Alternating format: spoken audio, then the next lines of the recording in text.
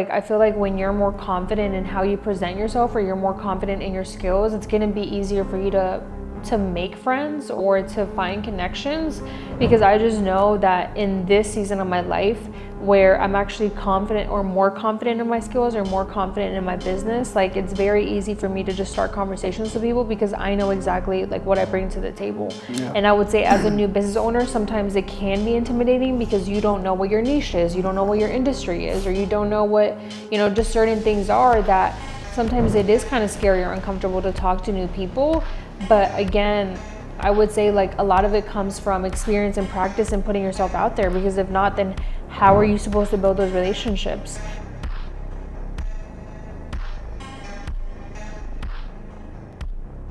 Hello, you guys, and welcome back to another episode of the 1% Better Everyday podcast. My name is Jasmine. My name is Matthew Cohn.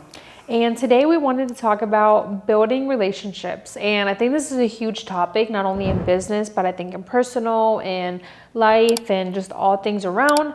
But as you guys know, at the beginning of every episode, we always shout one of you guys out. So this week we wanted to go ahead and shout out Digital Sakashi. I think that's what it is on Instagram. I know I messed it up, so sorry. It's digital.sakshii. But she said staying consistent is what truly makes a big difference. Stick to your goal. Facts. And that's so important, because I literally just did a social media training tonight. And one of the things that I said was that it matters more to stay consistent. I think at the beginning, people kind of worry about all this other stuff that later on you get on. But at the beginning, we kind of overthink everything. And the most important thing is just to put content out there, and just for people to get to know you, because that's really how any entrepreneur or content creator starts. But let's get into the topic. So how do you build relationships? And you were really good at this with your corporate job at WorldPay, but how do you think that, like, you learned that, or where did you got that?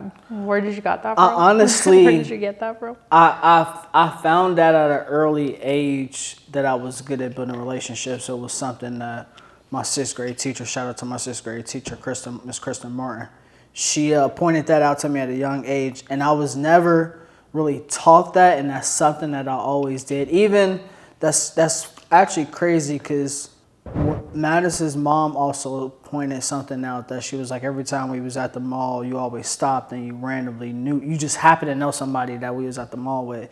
And I think that's something naturally that I picked up on, is because I actually genuinely care about people and I actually get to know people. So by having those genuine relationships and by having those genuine conversations, by having those genuine, consistent conversations with people, it actually allowed me to build relationships that I didn't know that I was actually doing it. Yeah. And I would say, like, I always watch my dad build relationships. Like, I remember when I was younger, I used to actually be really annoyed because people would always, every time we went somewhere, people would always stop us. My mom would always say, like, he knows somebody, or he would always be introducing us to somebody, and it got annoying. But then as I grew up, I really learned a lot from him, how building relationships is everything in your business, and not even in business, but in life. And I would say, just growing up with my background, I felt like I did grow up super shy. So it wasn't something that I knew that I had. I had to learn it more through, going to college and having to, do assignments with other people, or having to talk to other people, or having, when I started my business, going to networking events through pop-up shops. And again, even that was uncomfortable. So I really had to push myself to do something new that I had never done before. But for you, it came more naturally, I would say. Yeah, and then so the older I got, the more, even like what's crazy is it's the relationships that I built have even lasted through high school. I'm still able to talk to like certain individuals back home because of the consistent conversations that I had with people, just genuine conversations that I had with people to get to know people. I'm still able to have relationships and reach out to people and ask people about stuff because of what I've built over the years. Not only that, especially since we're in the business field, it's super duper important to be able to do that, because by having a genuine and positive relationship with people, it allows you to be as a reference for businesses, especially when you have a business-minded type of friend or business-minded type of relationship.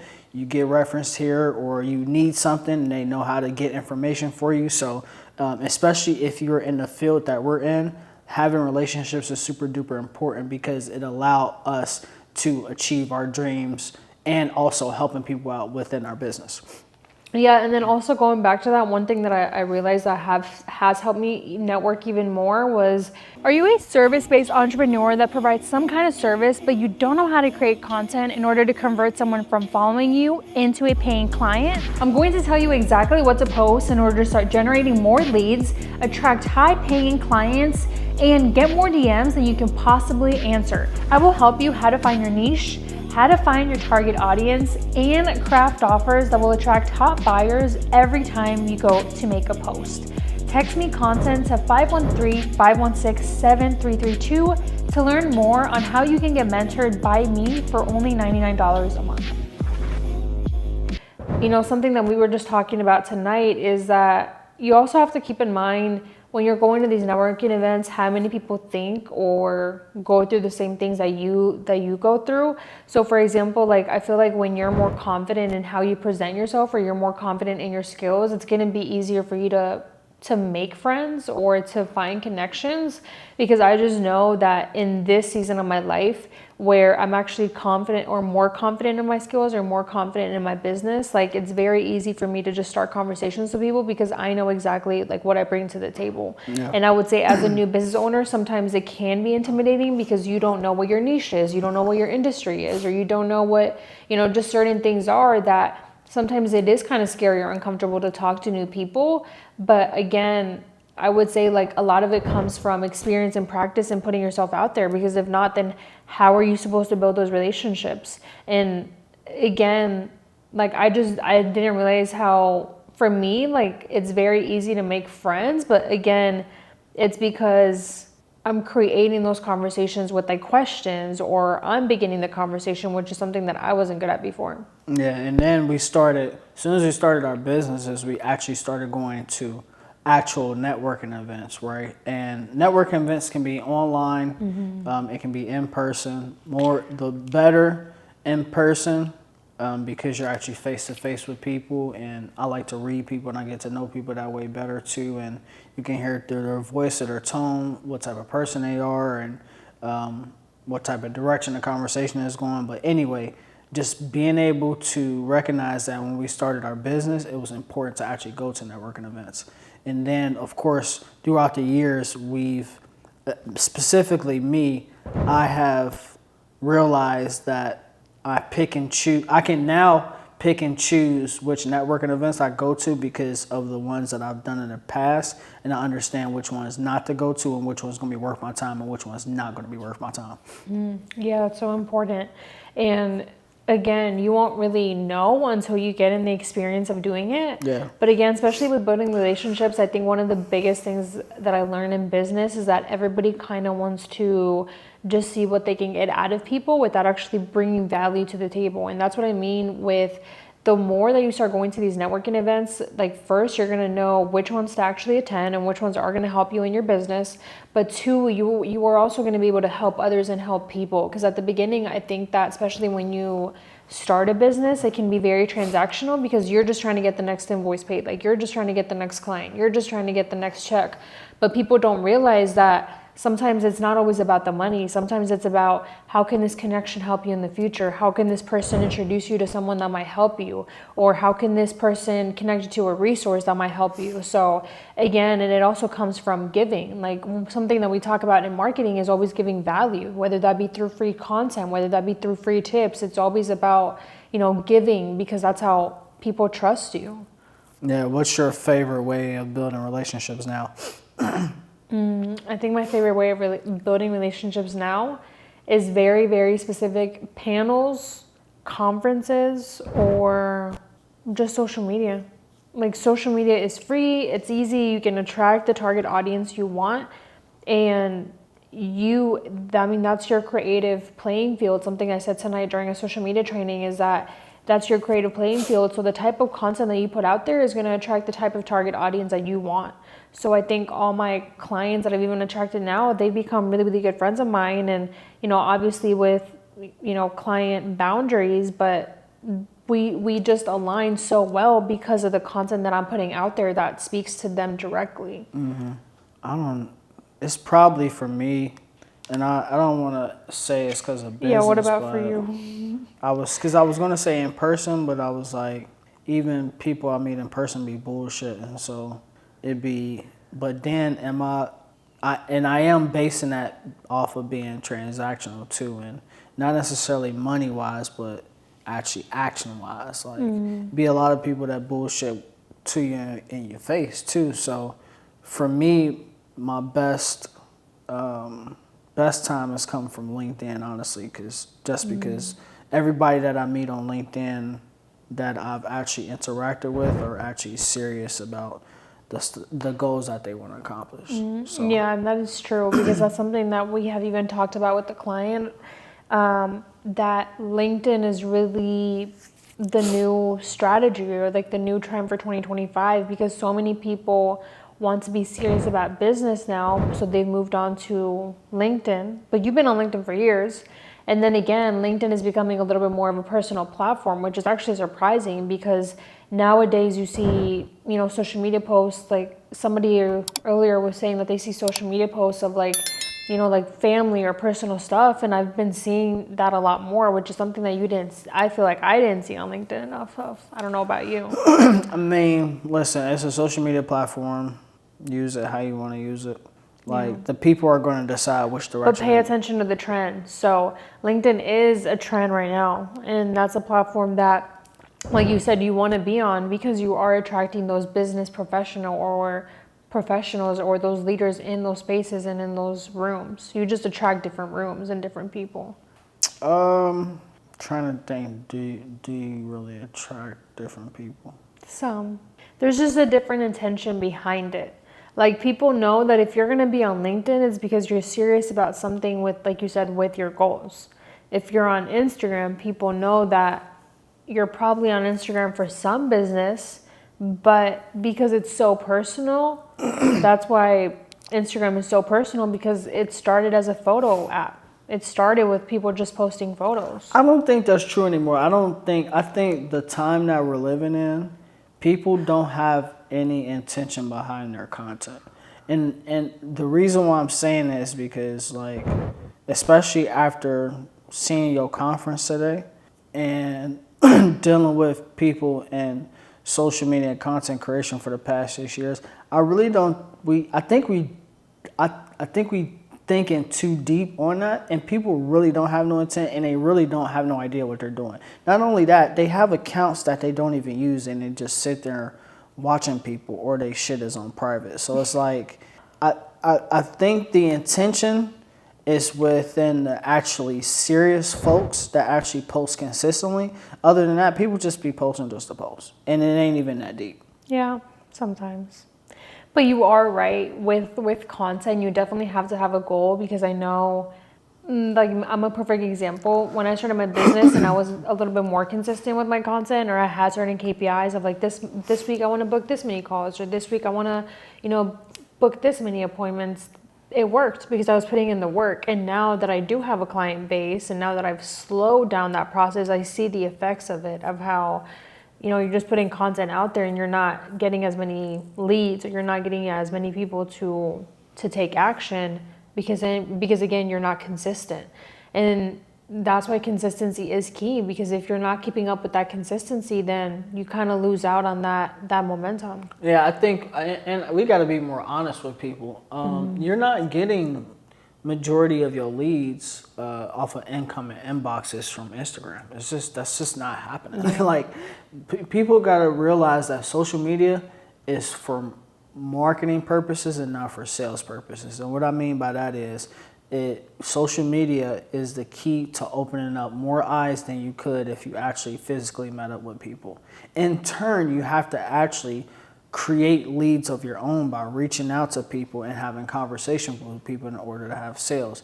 And majority of the time, a company is so in a rush to put out marketing, but they don't understand like there's also a sales process that has to be involved in order to make the money back off of marketing. Matt, I need your help growing my social media audience. All right, guys, if you need help growing your social media audience, make sure you text 602-390-7002. Once again, it's 390-7002. And that is true. I will agree with. I think people don't realize how long sales take, and so many people assume that social media is automatically supposed to Get the money. solve your sales problem, Yeah. and that's not always the case. Facts. Like a way I like to put it is that social media is pretty much like your resume. Building Like relationships. you're building your resume and you're building an asset, like you're stocking up on your stocks, but you still have to know as the person behind it, like what's the strategy behind it, or like where is this going. So at the end of the day, if you're posting, like again, like you said, what is your call to action, whether that be like a free call, whether that be like a free lead magnet, whether that be drive them somewhere. But again, if you just expect sales out of social media, then you're not using it correctly in a way, because again, you're supposed to build those relationships, and then from those relationships that you build, that's when you make the sale.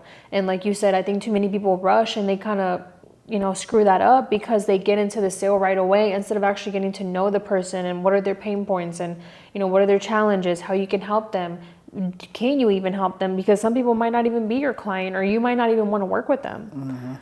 What were we at time? 11 minutes. Okay. Don't you usually do the thing at 11 or 10 minutes left? The hot topic? Yeah. Yeah, my Google Drive locked me out. Okay. So I don't have a hot topic. You're going to have to cut this out. Are you going to cut it out? Yeah, I'm going to cut it out. Okay. Hot topic. Boom. People shying away from personal branding, which causes a lack of building relationships online. Yeah, that is so true. I think that most people don't even know what a personal brand is. I think people are scared to show themselves online. For example, like somebody asked me tonight, they were like, how do I post about my business but keep it personal? And you can do both. Like, for example, like you have a personal... I'm a prime example of mixing my shit up together. Yeah, you have a personal page and you post a lot of business, you post a lot of personal content, and it works for you. Like, I honestly don't think like mixing it together. I mean, having separate pages, like I don't think it does anything. It's just extra fucking work. Like, yeah, it's just extra work. And if you want to niche it down to something different, and that's why like tonight I didn't want to go too much off topic, but most people don't understand niches. That's the problem. They have no idea what to. And that's why I said, man. if you want to make a page just about makeup, make a page just about makeup. If you want to make a page just about beauty, make a page just about beauty. If you want to make a page where you talk about business and personal, talk about both. Like, I think sometimes people just overthink things, and they're like, oh, do I have to make 2 profiles? Like, no, just post on one. That's your main goal at the beginning. Consistently. And people just don't take action because they get paralyzed by the fear of like, oh, I don't know what to do. Pick a decision. I think that's like the biggest tip we could give is like you have to make choices fast in business, because if not, you will get paralyzed at the thought and you will not do anything. You won't even turn over. And then because you're not doing anything, you're not creating any relationships. And because you're not creating no relationships, you're not building your business or building your leads or building your pipeline or anything. Yeah. But relationships really do matter more than money. I think now with 3 to 4 years of business, I've learned that, again, it's not just about the sale or the money, but really build relationships with those in your community, whether that be at pop-up shops or local events. That's how we started going to networking events. Whether that be conferences, speeches that's going on. You just never know who you might meet. And for example, like we met so many people in Cincinnati that even though we don't work with them today, they did help us in some kind of way back there, whether that be paying us, whether that be our clients, working whether that with be them, giving us a referral, building our skills. We helped each other in some kind of way. And again, this is where I say it's not always about the sale, because you could meet somebody 5 years ago and let's just say tomorrow they refer you your biggest client, and that wouldn't have happened if you hadn't built that authentic relationship. Again, don't just go around trying to be friends with everybody just to see what you can get out of it. But again, be authentic, be yourself, and then just build those relationships and see how you can give and take, or you can help each other.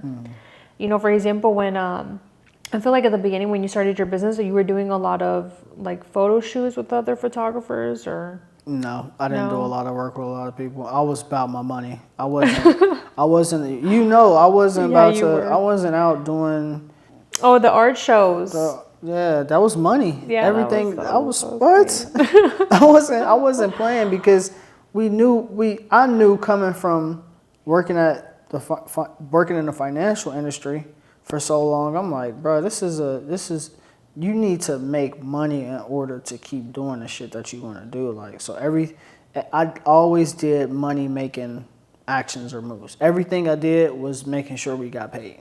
Like every single thing that I did, like it was cool, like meeting up with folks and doing photo shoots with folks. But other than that, I was in the house editing, filming, making something, doing something to work on my skills or make some money. That's true. And that is the end of today's episode. I hope you guys enjoyed this episode. Again, don't forget to like, share, subscribe, listen to us on Anchor. And also don't forget, for those of you who are new and that are tuning in, that we do have a Social Strategy Society mentorship. So pretty much it is a mentorship where we teach you guys everything about content, how to make it, how to think about the psychology behind it, how to create it in a way that's going to attract your next client. We have weekly coaching calls, and then we also have an onboarding call with you guys, so that way we can understand how we can help you reach your goals in 30, 60, or 90 days. And the link will be in the bio. But again, that is it for today's episode. We hope you guys enjoyed it. Don't forget to give us your feedback down below, subscribe, and we will see you guys in the next one, where we become 1% better every day. Peace.